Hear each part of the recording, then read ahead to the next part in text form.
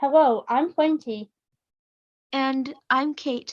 And this video is based out of a story written by French Rose 99 called A Little Bit of Everything, in which Harry Potter is raised by the House of Black, and therefore there are some major changes that happen that comes with being raised with not the Dursleys but the House of Black.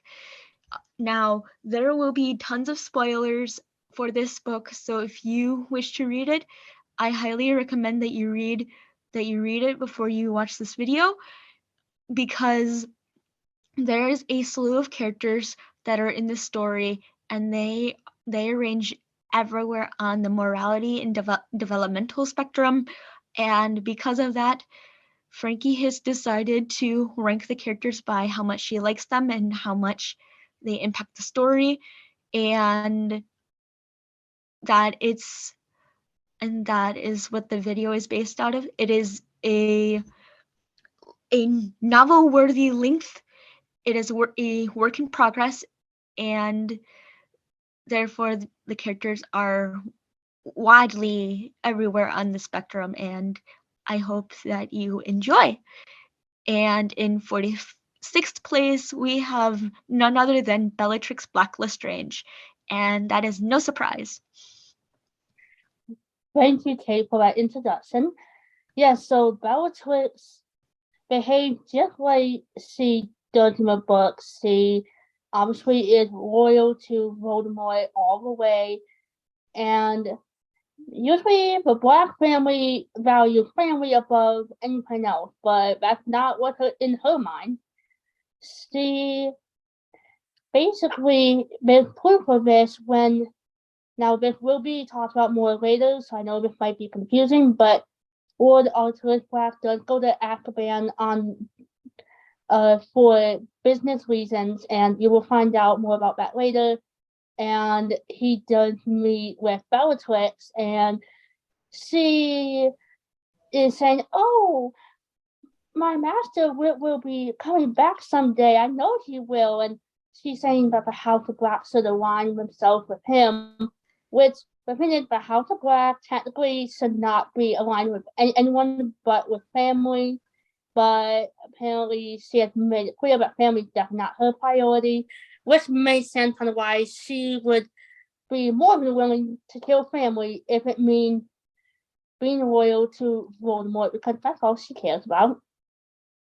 Yes, in that one interaction, she is described as being demented, and there is a very graphic description of what she looks like, and it is a quite the description, we will say, and that just gives you enough to know what she is like. And speaking of her master, Lord Voldemort, is in 45th place. Yes, so Voldemort, as we already know from the books, he has killed the Potters, Lily and James, and he tried to kill Harry. However, that's not all that he did. And the story is definitely noticeable, especially within the House of Black. He divides families because there are some members of the House of Black who definitely did not follow him at all. In fact, they cannot stand him. They just want him to go away. Then there are other members like Wahlburger Black who clearly worshipped him, and of course Bellatrix as well, as we mentioned above. So families have been divided. Small, big, of course, Muggle families because he loved to kill Muggles, and this just shows that while killing is absolutely horrible, it's unthinkable. He does more than just kill. He also pretty much destroys families without even having to kill them. Yes, and similarly, who is linked to Lord Voldemort as well as Bellatrix is Professor Cornus Quirrell in 44th place. So Quill has the same goals as he does in the books. You know, he goes after the Swordsmith, or some may say Philosopher's Stone. And of course he's going after it because his master wants it, blah blah blah. We know how that goes. However, it is a little bit different this time around when it comes to actually trying to retrieve the stone. You see, he doesn't even get to see Harry down there. Now you might wonder, wait, so how is he stopped? That will be explained later on because I do not want to get too ahead of myself quite yet.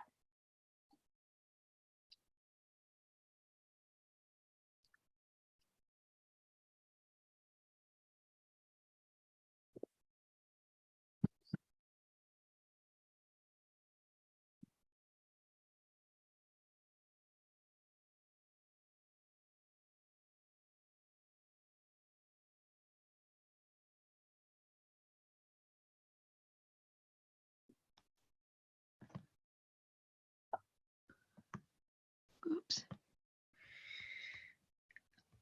All right, I am back. I apologize for the delay. There was some technological issues. However, in back into the video, the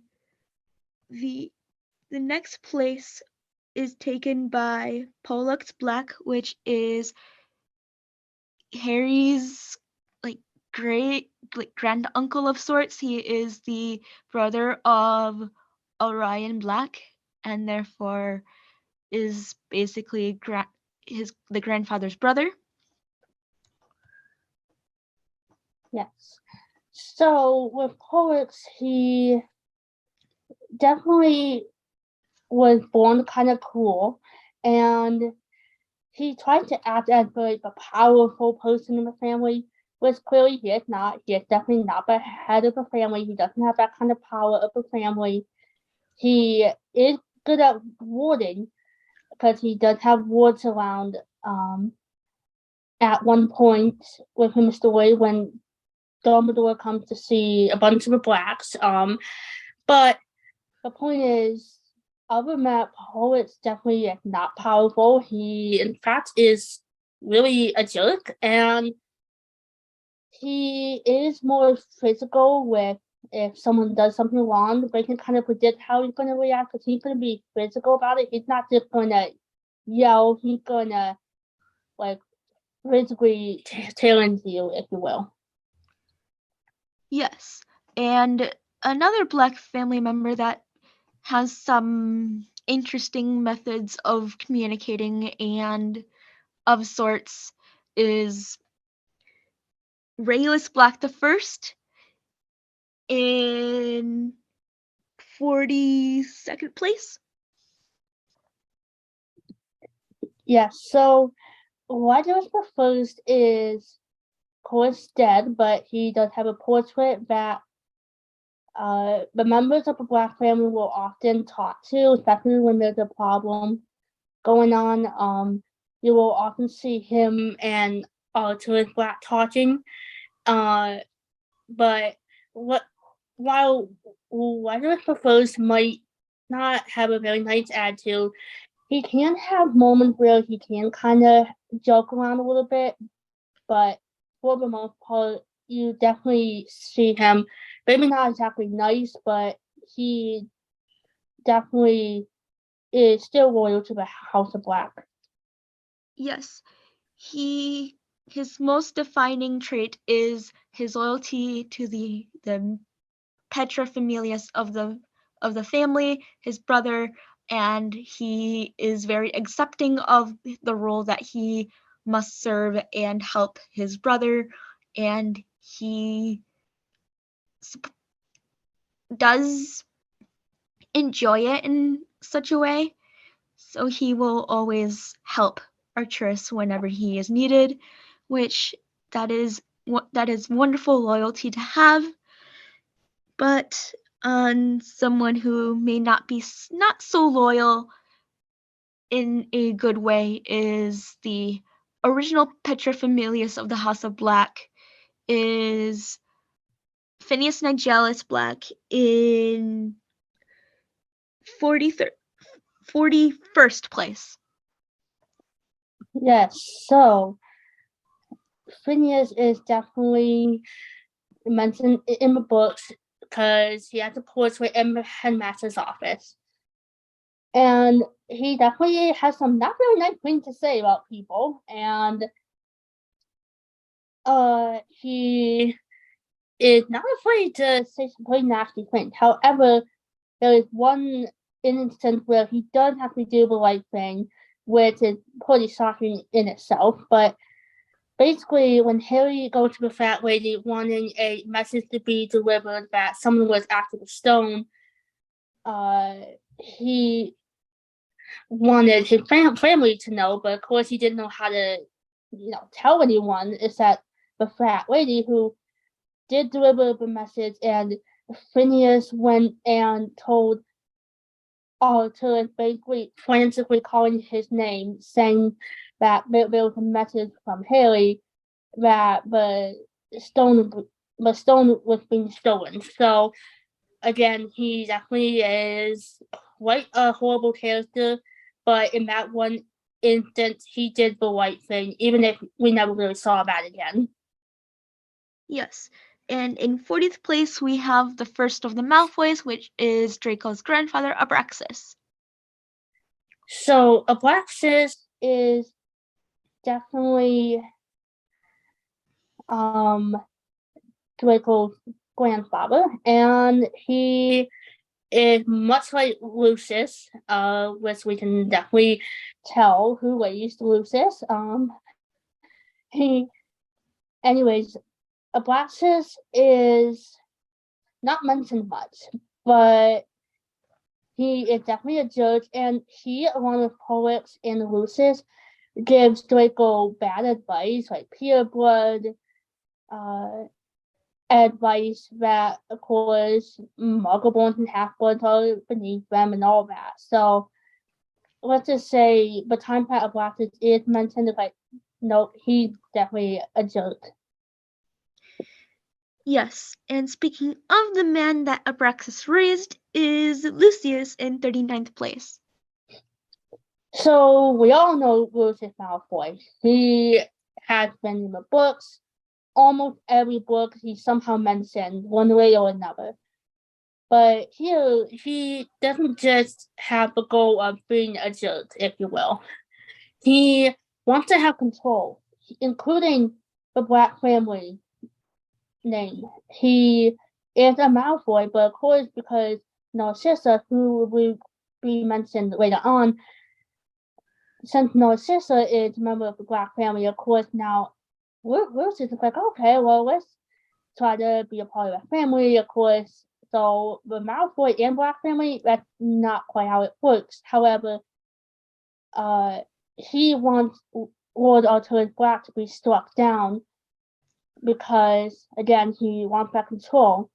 Because while Arthurius is head of the family, the Malfoys are not going to get what they want. But so far, he has been unsuccessful, and we are hoping that it stays that way. Yes, and in a similar situation, who is someone who is not very nice to people in general, is Severus Snape in 38th place.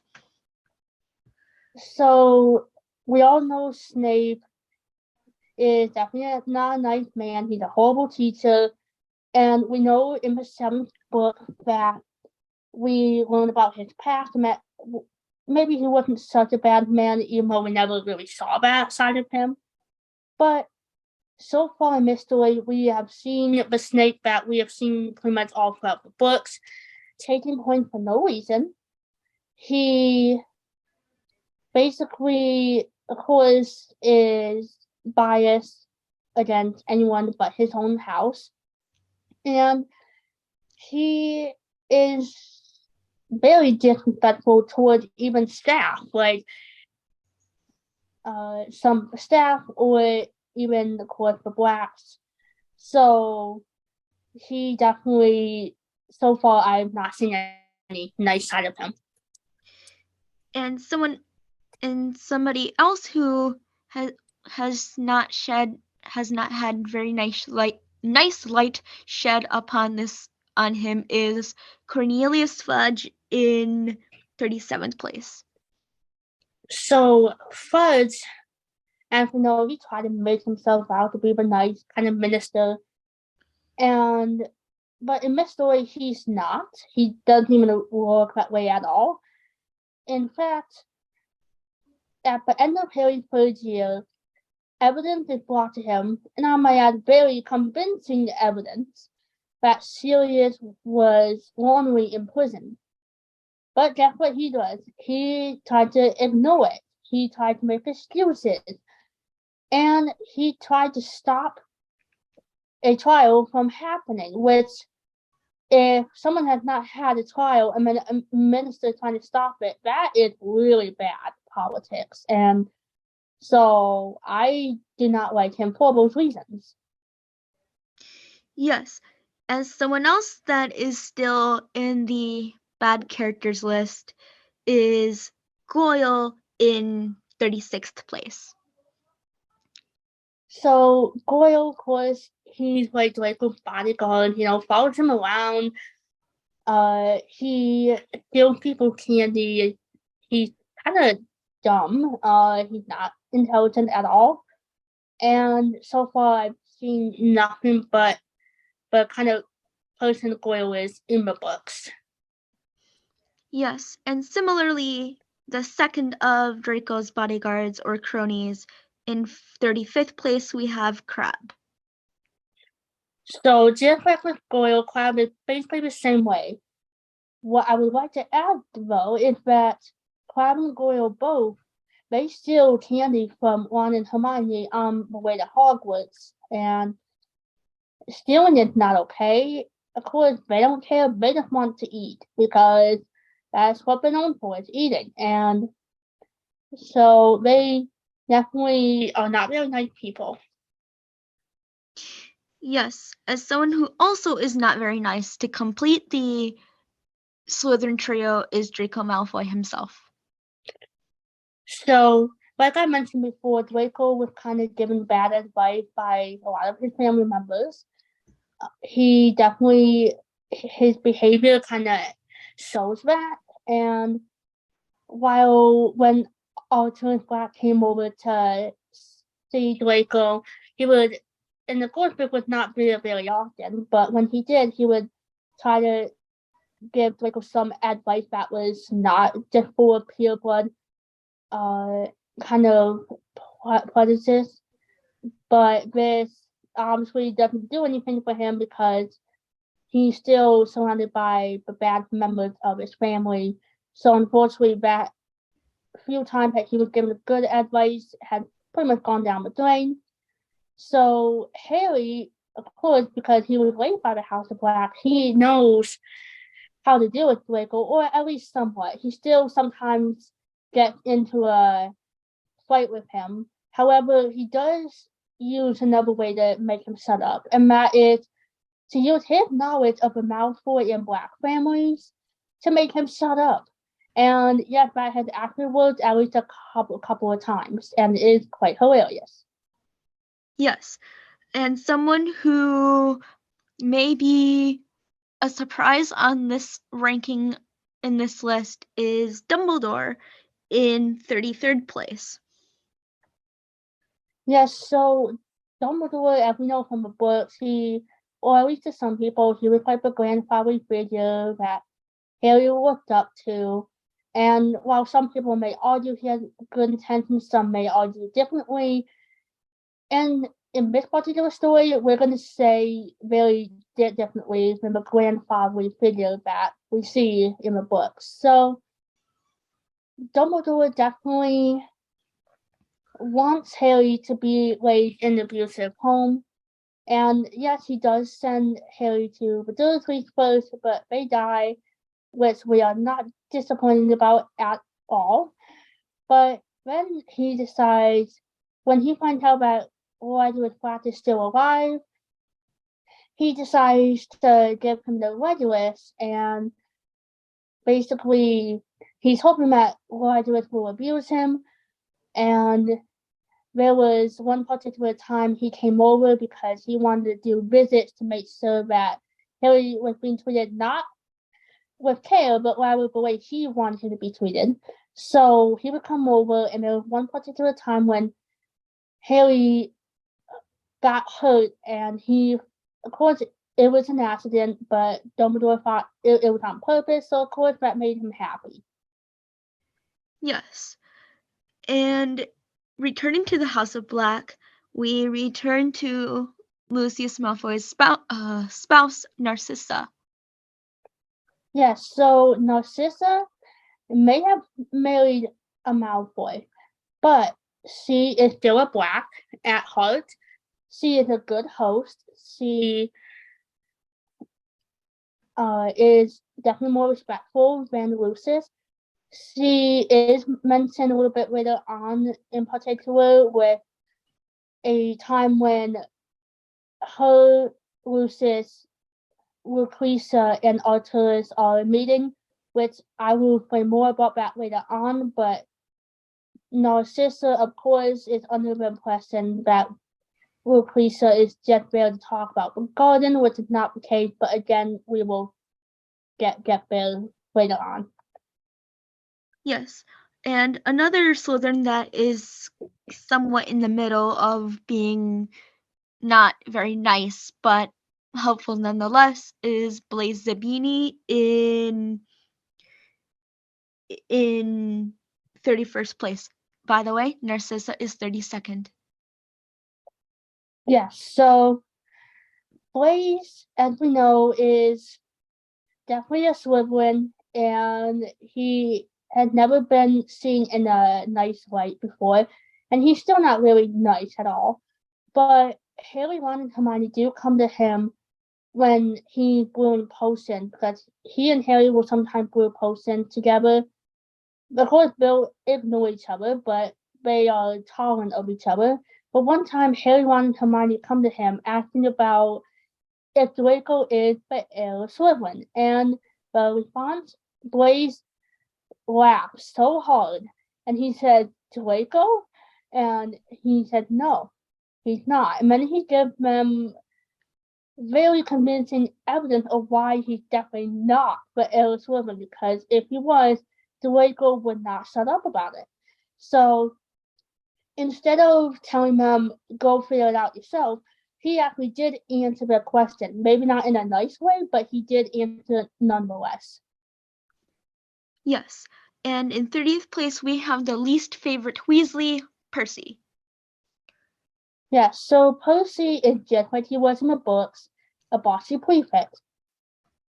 So an example of this is Harry and Ron were in the girls' bathroom talking to Moaning Myrtle, and Percy caught them, and he wanted to take points just because they were in the girls' bathroom.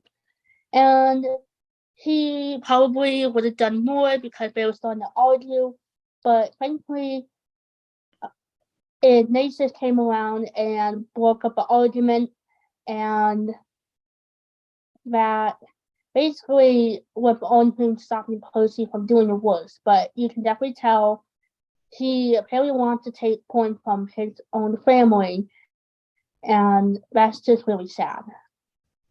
Yes. And as a side note, as per canon, Percy's middle name is Ignatius. However, returning to the House of Black, we have in 29th place Sirius and Regulus's disowned uncle, Alphard, whom was disowned because he had sent Sirius his inheritance when he had died. Yes, so of course he is a portrait now, and Letters finds his portrait, and he makes sure that he's in a better place than just in a dark room day and night. He basically talks to anyone who wants to talk to him. He maybe, I wouldn't say the nicest person on earth, but he is very funny, and compared to a lot of the other portraits, he is pleasant compared to the portrait that I mentioned previously. Yes. And returning to the Weasley family, in 28th place we have Molly Weasley. So Molly has always kind of been seen as a motherly figure to Harry, which of course we definitely saw that in the books quite a bit. But remember, in the books, he was raised by the Dursleys, so anyone nicer than the Dursleys was like a motherly or fatherly figure to him.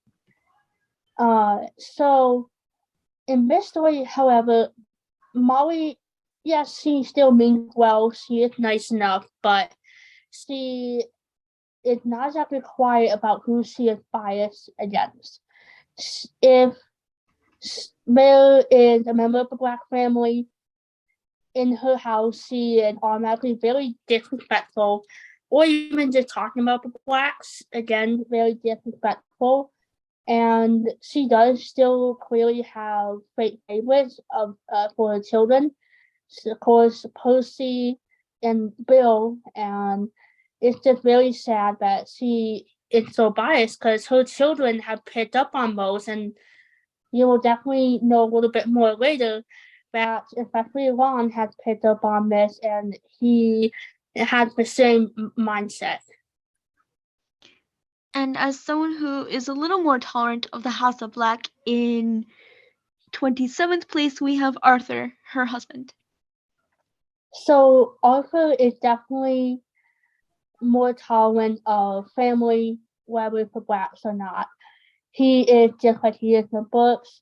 He does have a fine cardigan, and he definitely is the calm person in the house, which is a good balance because we need a bit of a balance.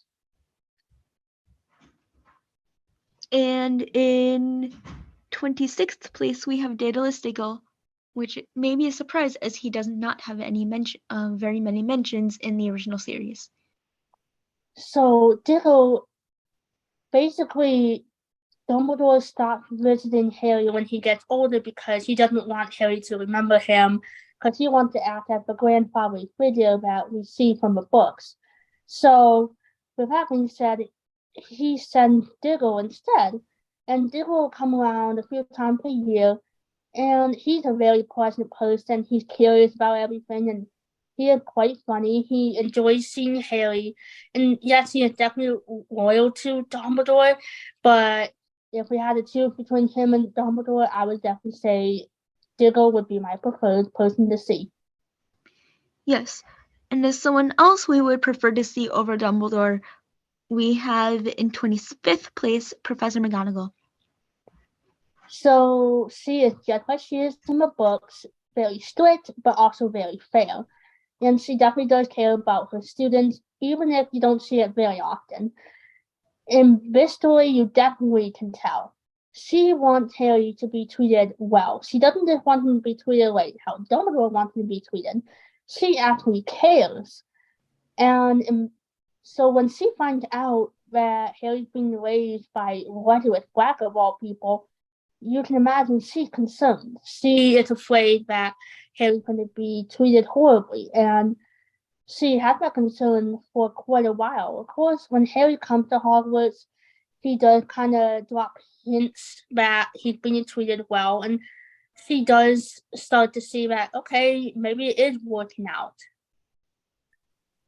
Yes, one of my favorite instances is when Harry is explaining to her that he is being treated well after one of his debacles in one of his years, is that when he had come home for the summer, Regulus had never let him out of his sight and quote unquote pulled him into a suffocating hug, and was very hilarious to watch her be bewildered by the fact that Regulus Black actually hugs people. And surprisingly, if you go into the work and look up the word hug, it is mostly seen as the House of Black hugging another character of sorts.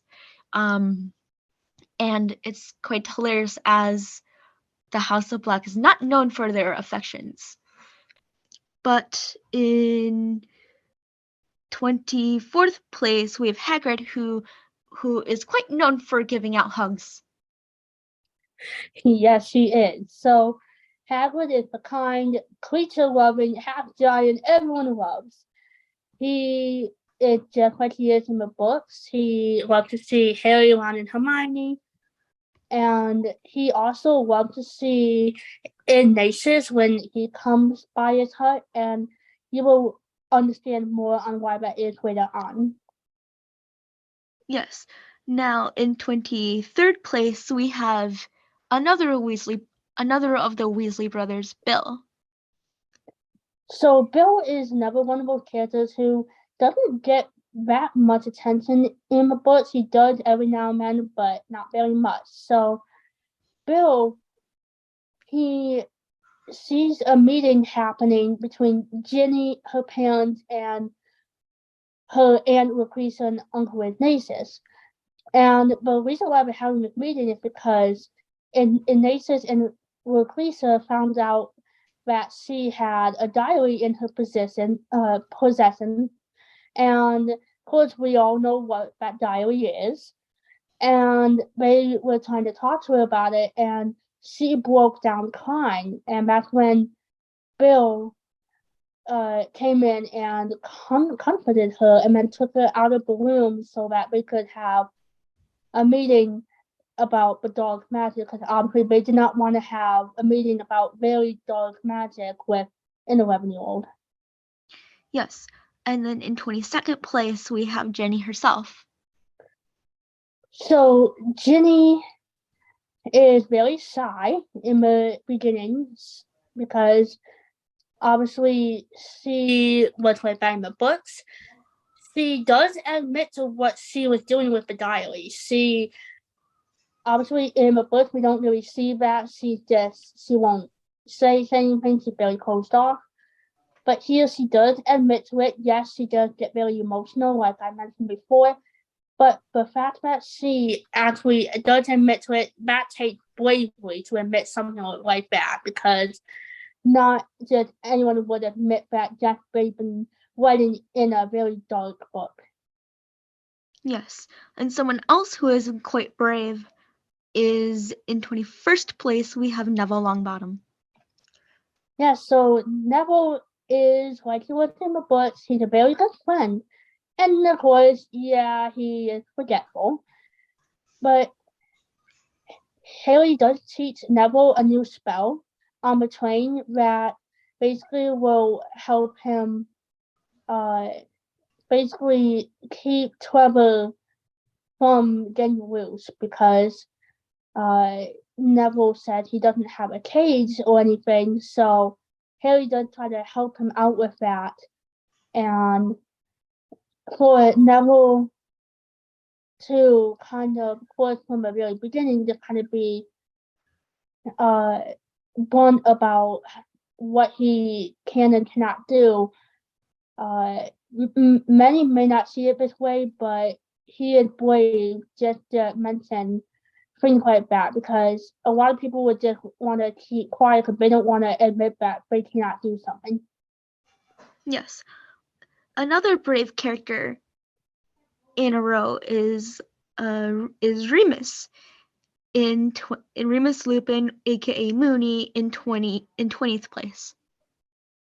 Yeah, so in this story, Remus and Sirius had a relationship, if you will. Now, I know some people may not like something like this, but understand this author, that's just how she does things. But Remus and Celia did have a relationship until the war kind of, let's just say, tore them apart, if you will. And so Remus is the kind professor everyone knows who, does teach defense against the dark arts, and he does come back into Sirius's life at the end of third year when he finds out that Sirius definitely did not betray the Potters, so it's nice to see them back together.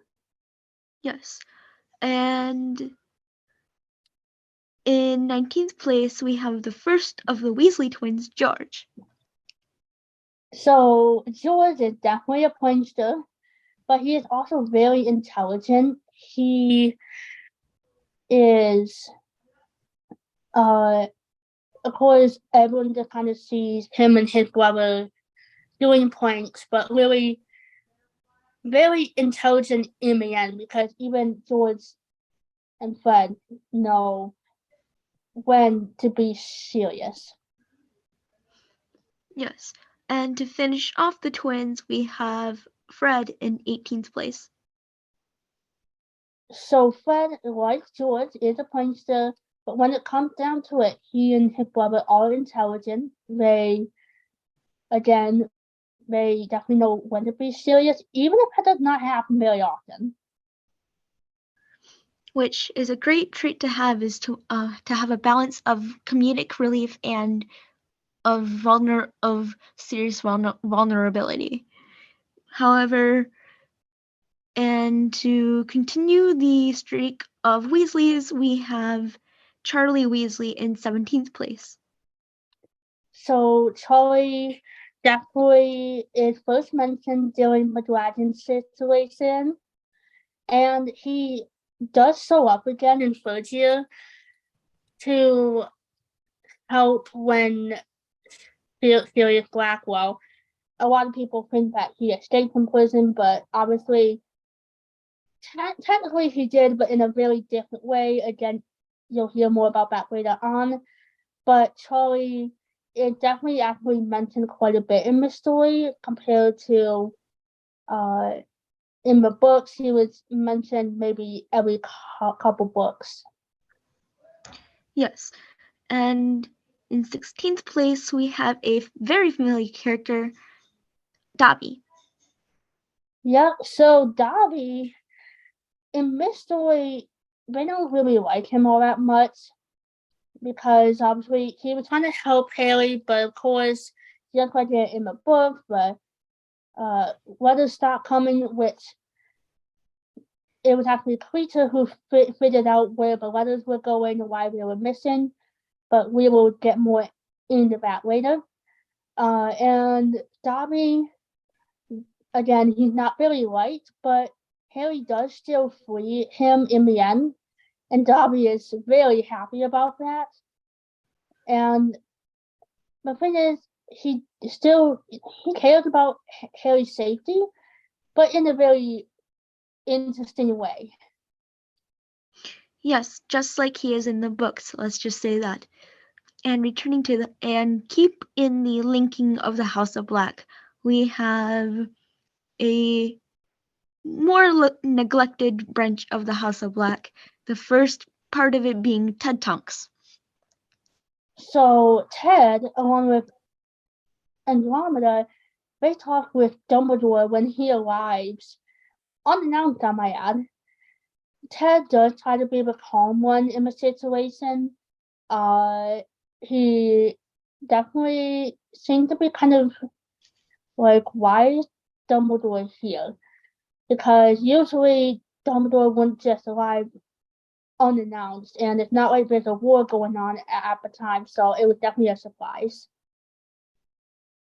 Yes, so Ted is 15th, and his wife Andromeda Black Tonks, which is Narcissa and Bellatrix's middle sister, she is in 14th place. Yeah, so Andromeda, she gets a bit upset when Dumbledore mentions the Black family because she never really talks to them because obviously she doesn't have contact with the family that basically didn't want her. So she is polite enough with Dumbledore. I mean, not now she's mean, but she definitely kind of makes it clear that she does not want the Blacks to be mentioned, not in her house. Yes, which is quite understandable when she has been basically thrown out because she chose the love of her life and it was someone that the family did not approve of, which is a recurring theme in the House of Black. Now, in 13th place is Hermione Granger, the first of the trio. Yes, so Hermione is a really good friend, and she's sometimes a little too intelligent, in my opinion.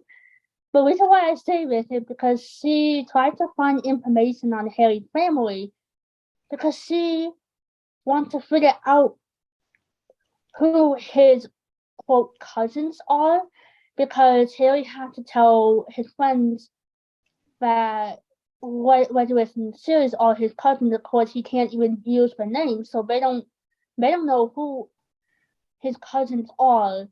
And Hermione wants to know because she will not rest until she gets answers, and she will probably figure it out way before she really can, or should. Yes. And the second of the third of the trio in 12th place is Ron. So Ron is a very good friend, and he does try to protect Harry because, he and Harry get on very well. However, he, like I mentioned above, he kind of knows of the biases against the blacks, and unfortunately, it was drilled into his brain, and so he doesn't realize. Of course, he doesn't realize that Harry gets along with the blacks, because again, Harry cannot mention the blacks. So he thinks he needs to protect Harry from people like Lord Arthur Black, and that's because when there's an event in Harry's second year where Arthur is there, which I'll mention more about later. But every time that Ron sees him, he tries to get Harry away, and he's like, "You should not be talking to him. He's, he's in the Black family," and of course Harry doesn't like this because he knows who this person is. He knows that he's much better than what Ron is making him out to be. So that's the only thing I would say is that Ron definitely does have biases, and even when Harry does try to knock sense into him, it just does not work. Correct. And in 11th place, we have finally reached Ignatius, who has been mentioned steadily throughout this video. Yes, so Ignatius Pruitt is definitely in the picture throughout Harry's life because him and Lucrezia, who we'll be talking about very soon, they basically for a time lived with Harry and the rest of the blacks who are in Switzerland. And so Ignatius becomes the Defense Against the Dark Arts professor in second year, and you might be thinking, wait, what about Lockhart? Surprise, no Lockhart.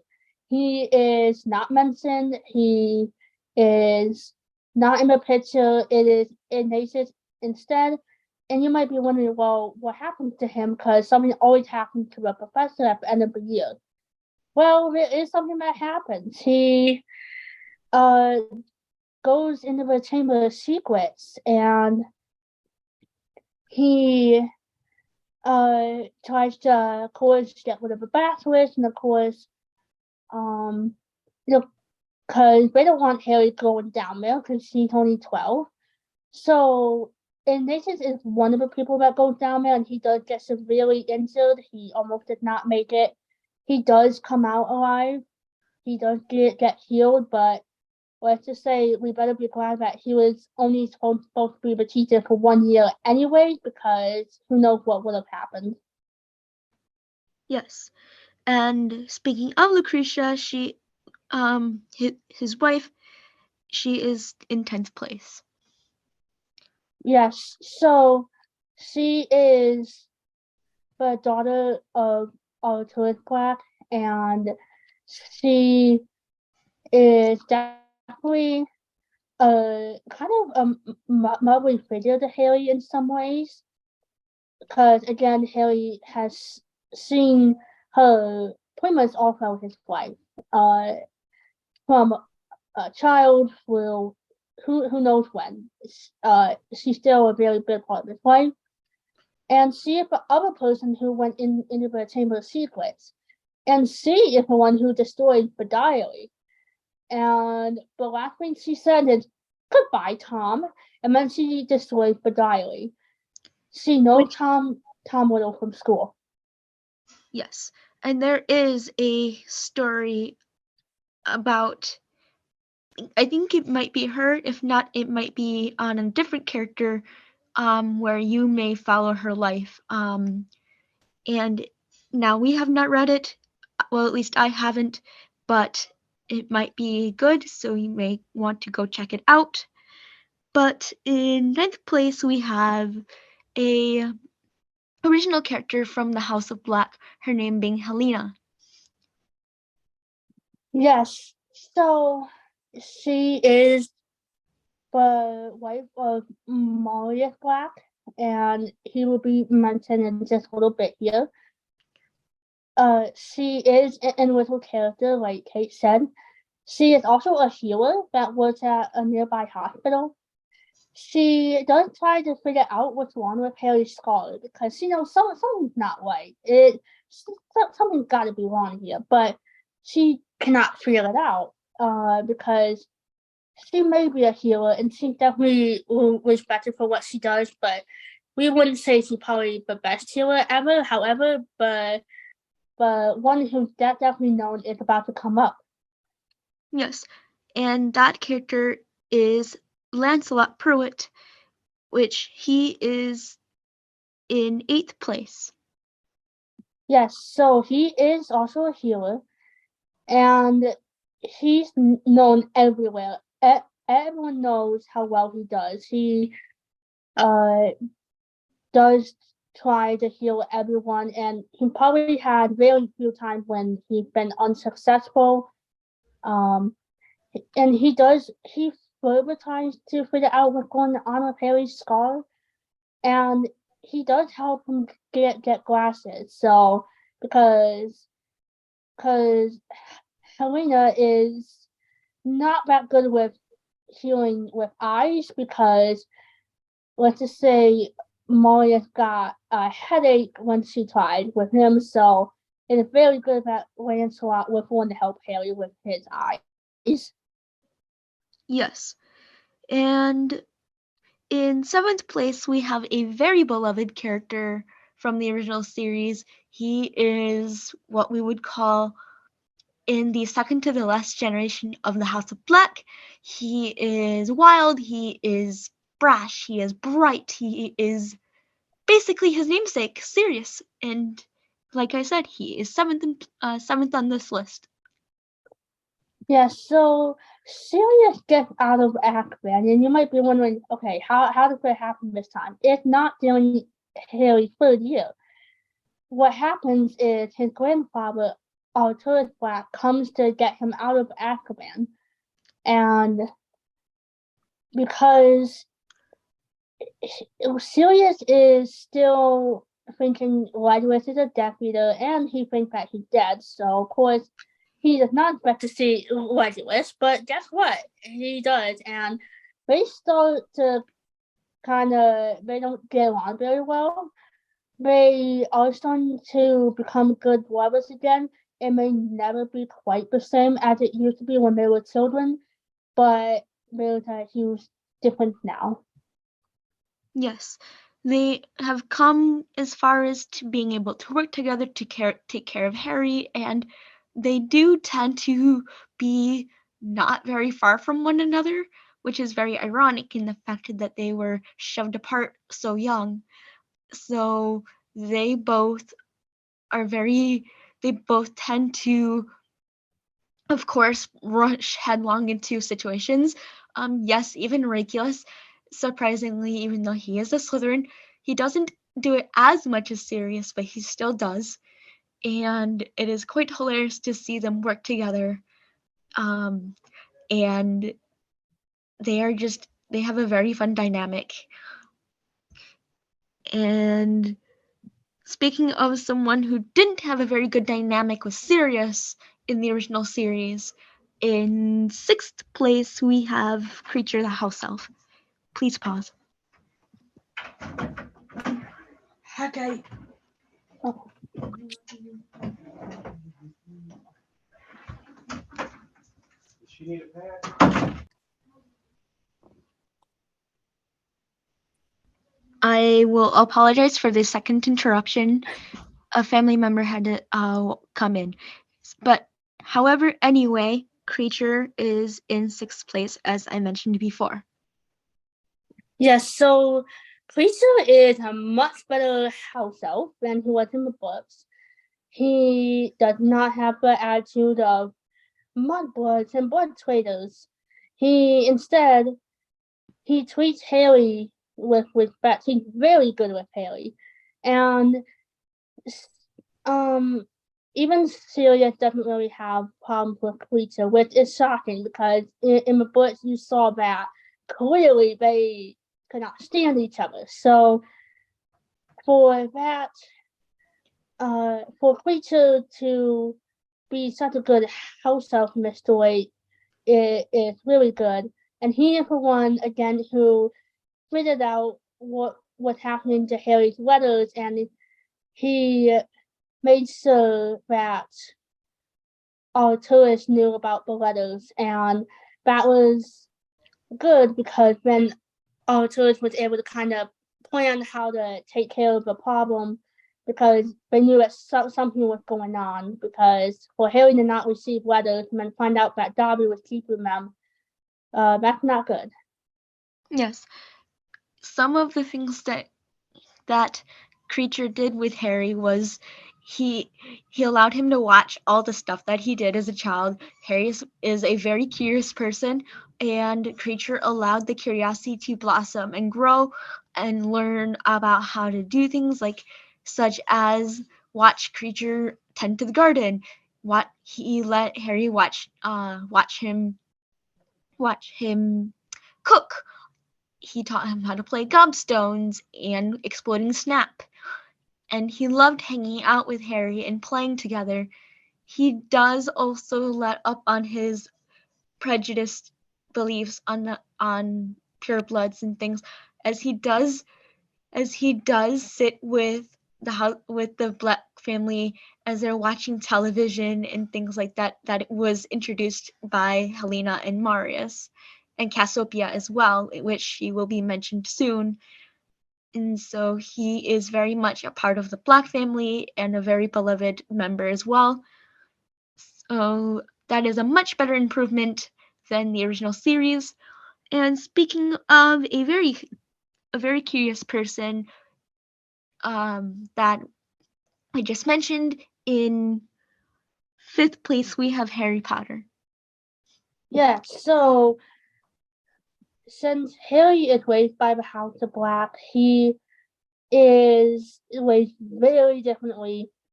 He knows what it's like to be loved. He knows what it's like to be cared for, and he definitely knows about the different families, especially the Malfoys, like I mentioned before. He is also more willing to tell an adult when something's going on. Like I mentioned above, he didn't just automatically go and try to get the stone. Yes, he did try to. What should I say? He did go down there in the end, but he at least was trying to make sure that his family knew first, and so that is definitely an improvement because in the books, he let's just say he just ran away into danger, and of course he did do that because McGonagall kind of sawed off their concerns, but nonetheless, he's more willing to tell adults what's going on. Yep. And in 4th place, we have the beloved guardian of Harry, Regulus Arcturus Black, or in all cases, Regulus Black II. Yes. So Regulus was afraid that he wouldn't be a very good guardian to Harry. He, was afraid that because of how he was raised and whatnot, that he didn't really know what it took to be a good guardian. But guess what? He did very well. He also doesn't trust just anyone when it comes to Harry, but he does end up finding that he and Harry have more support than they expected, and he still kind of has trouble trusting other members of the family that do the right thing, but it has definitely improved. Yes. As another member of the House of Black who comes into the picture very early on in the story, in third place we have the link between the Black family and Helena, and this is Marius Black, who is in third place. So Marius is a squib, and even though he can do some magic. Not a lot. He can, let's say, probably win a duel, but he can brew potions. He can do the lighting charm and simple spells like that. And he is also a big part of Harry's life. He is the very calm voice of reason when Sirius and Ledwith have intense arguments. Yes, he is also one of my favorite characters. He also is one of those that tend to hug. In some of the early chapters, he is seen with Harry reading and other things. There's one particular scene where Regulus is very upset and he does lean into Marius, and he just lets his warmth wash over him and comfort him, and he's wearing this soft warm wool sweater, and it's just an adorable little scene between the young and the old. And I would say that he is basically the definition of a sweet old person, like the ones that we fall in love with and that we just want to hug and take care of for the rest of their lives. And in second place, we have his sister Cassiopeia. Yeah, so she is very good at being civil to any of the Black family members, no matter who it is. She is the one who moves Harry and Regulus out of Britain because Regulus wants them to get out of Britain because they want to get away from Dumbledore because they're just done. And so she does help them get out of there and take them to Switzerland with Marius and Helena, and of course more members join them later, but for the time being, at least in the early chapters, it was her, Regulus, Harry, Marius, and Helena. And she is a huge part of Harry's life, and she likes to do research. As stated, it is stated in the book that she would much rather be doing research rather than being dragged into the fold of the House of Black, which is very hilarious as she is supposedly likes to live a life of solitude, but she is ironically quite social. But to finish this list, shockingly enough, might be the current paterfamilias of the family, Arcturus Black III, aka Sirius and Regulus's grandfather. Yeah, so Arcturus used to kind of be a not very good person. He didn't really treat Sirius and Regulus maybe the way that he should have, especially when it came to teaching Regulus occlumency. But later on, throughout his life, he did change, and he's very good with Harry. He comes into the picture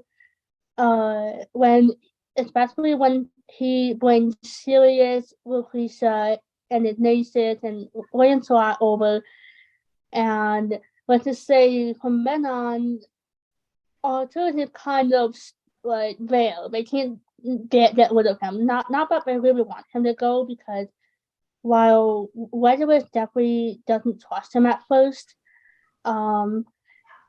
due to bad memories, of course, Arturus did start to gain a little bit of trust when Harry was hearing voices, and Arturus suggested looking into his mind, and Wedgwood was like, no.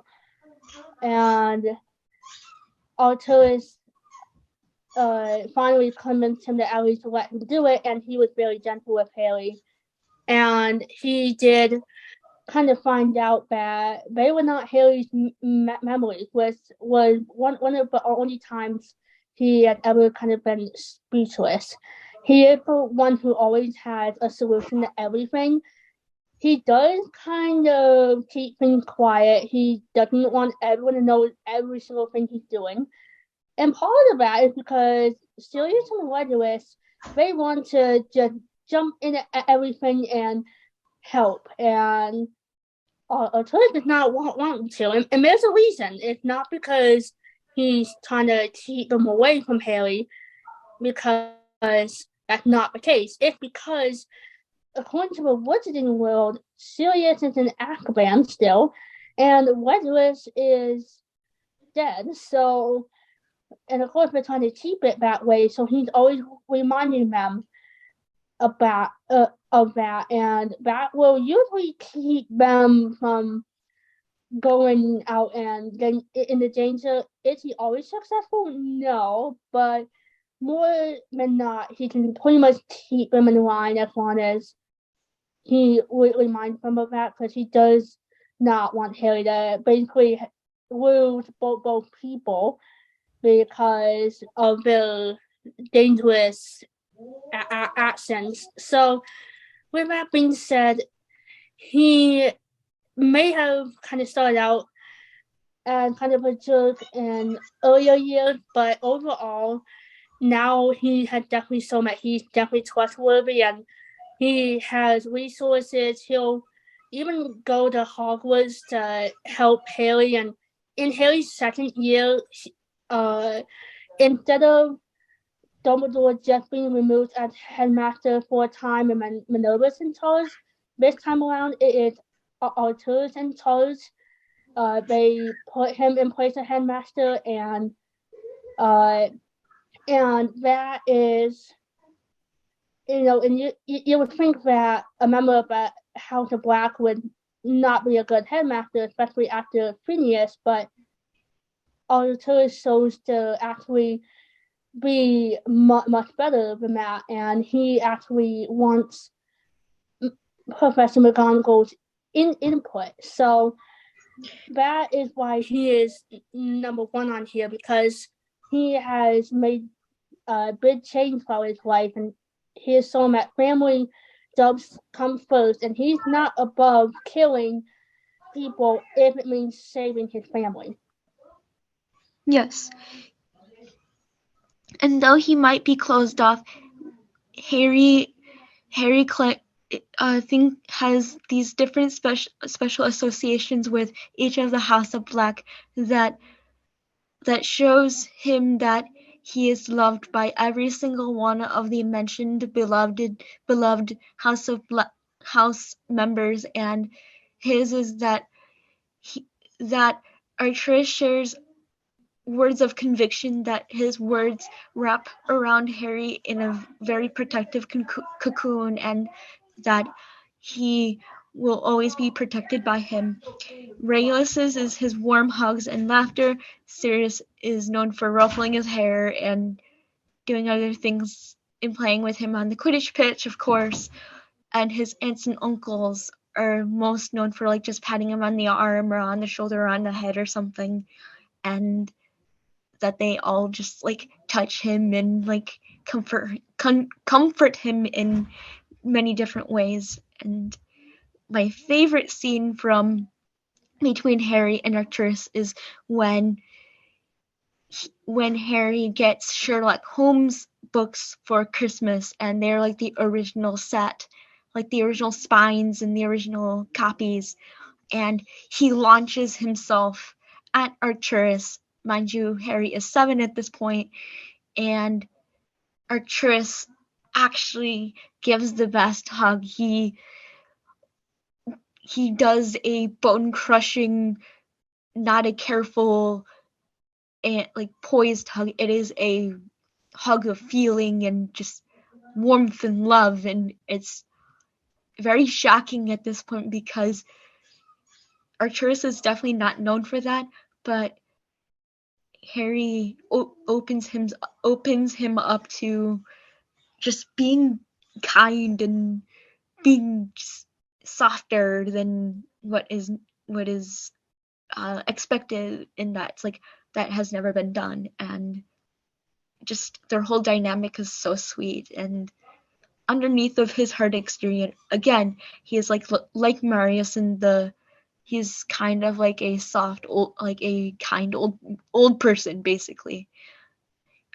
It will be sad when it is his time, as it has been highly hinted, and it will be definitely one of those things that will shake the whole book, as we're only starting book 4 in this story. There's many, many, many chapters to come.